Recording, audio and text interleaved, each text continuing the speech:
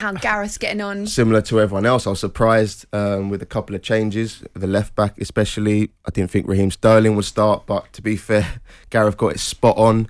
England controlled that game. If I go back to 2018 where Croatia controlled that midfield, with Gareth bringing Calvin Phillips in, who was unbelievable on the day. He literally was the first to every ball. He broke up play so well. So hats off to Gareth. He got it spot on, and all of us in the social media world got it wrong and had a lot of egg on our face. So yeah, fair play to Gareth, and hopefully they can take that into the next game. Us social media managers, basically. But it was, I mean, Andros is spot on, because straight away before the game we're going like, okay, left back, nobody. I mean, it just came from left field, the Trippier one. We're automatically thinking, will it be Shaw or Chill? Well, that was a big decision he had to make.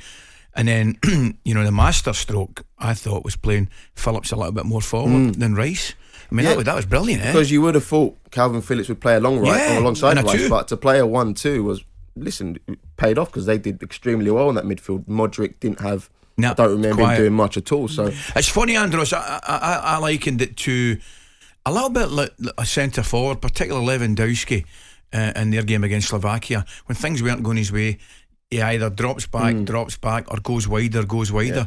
And it was the same with Modric, who would normally go on the ball and control things. You could actually see him going right back and taking it off the centre backs, and you thought, well, England are doing their job here. And if you have Modric picking up the ball from the centre back as opposed to in the final third, happy days. So yeah, it was a great victory. I was lucky to be there watching pitch side. So yeah, it was a great day. Saw you, great. Huh? What was the atmosphere like? Oh, it was there was 22,000 there. At times it felt like a sellout. It was incredible. I don't know whether it was the fact that we haven't had fans for so long, it just made them sound louder, but the atmosphere was incredible, and it's only going to get better for that Scotland game on Friday. Mate, absolutely. Are you going? No, unfortunately not. No, but that's going to be. Are you going to be there, Ali? I'm working at it, mate. Are you? Yeah. Co-coms or? Co-coms. Oh, brilliant. Look, I'm looking forward to it. I really am looking forward to it. Listen, if we get anything from that, of course it'll be a bonus. I mean, you look at England, look at the performance. They are, understandably one of the favourites to win the tournament, but you never know. We can always go down there and be organised, and we might nick something. There's a lot of things will have to go our way. Don't get me wrong. What? I'll worry about you guys. I know you lost the first game, but controlled that game, dominated that chance after missed chance. Chances, Andros. That's the thing. I mean, I've got to say, we've spoken about it before. Would like to hear your take on it. Second goal, the strike, right, from somebody that can strike a ball like yourself. I likened it a little bit to a golfer's iron shot. Beautiful, and it just draws it at the last minute. I thought it was the goalkeeper's too far off his line. I get that, but the actual execution was superb. But his first goal, Andros, brilliant header.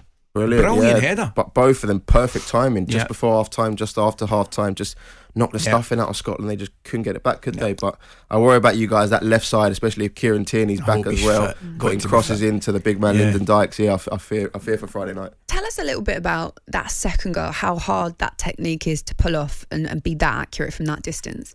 Listen, if you do it like sometimes you go on the halfway line and do a crossbar challenge, it's easy, but to do that, to see the keeper off his line while everything's going on, while you're on the counter-attack moving ball, that's incredibly difficult to keep that ball straight and hit it like that. But what a goal. There's a brilliant shot of him actually where you can see him look and see where the goalkeeper is, and that kind of makes his mind up. The goalkeeper's got no business being that high up. He's got no business. This is not. If this was Germany, France, Spain, you'd say fair enough, you play keeper sweeper.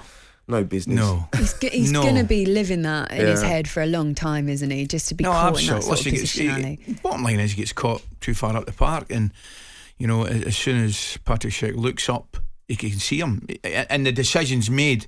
He's still got to carry out the execution, which was magnificent, but the decision is made to attempt to lob him. There might be changes, we never know. It feels like there's so much talent on the bench and so much room to rotate. Do you think we'll see a little bit of that for Scotland from Gareth?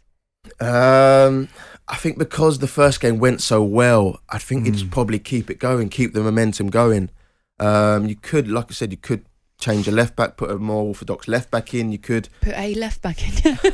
Would be nice. One of your left backs. I know. You could maybe change one of the wingers, but the fact that they won so convincingly, they won well. I think Gareth will just keep it going again, keep the momentum going, and then hopefully get the win and then make changes. See, that's the option he's got. I agree with you, Andros. That's the option he's got.